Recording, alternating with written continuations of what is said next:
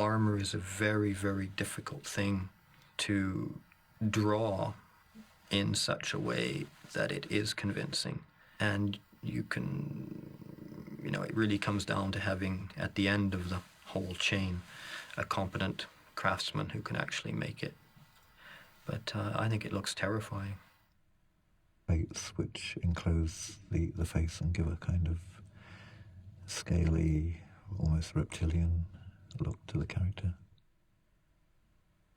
The Moria orcs were one of the few things that that I had the privilege of designing right from one end to the other. Peter wanted something special for the goblins of Moria, and we drew all kinds of crazy creatures that you could never hope to get anyone inside a suit to play those.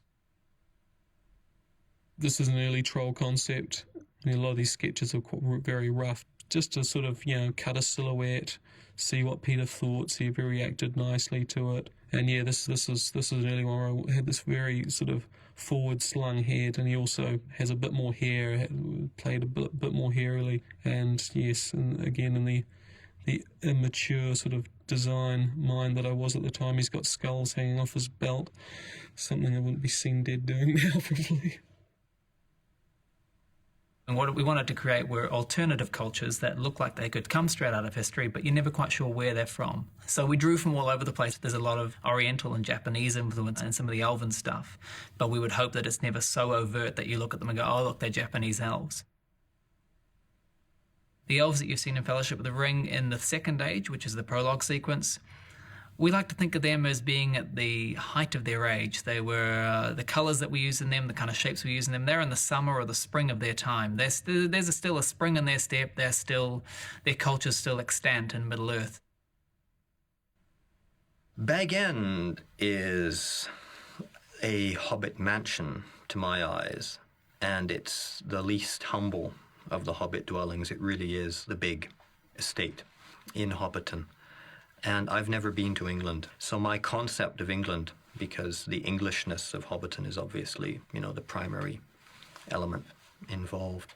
I have a foreigner's vision of England, which is unadulterated by any reality. Bag End is the way I would imagine my ideal, non-existent England. The wonderful statue of this elven figure kind of cradling the remains of Narsil, I think that's one of the most satisfying design elements in the film. Moria has a huge presence in the film.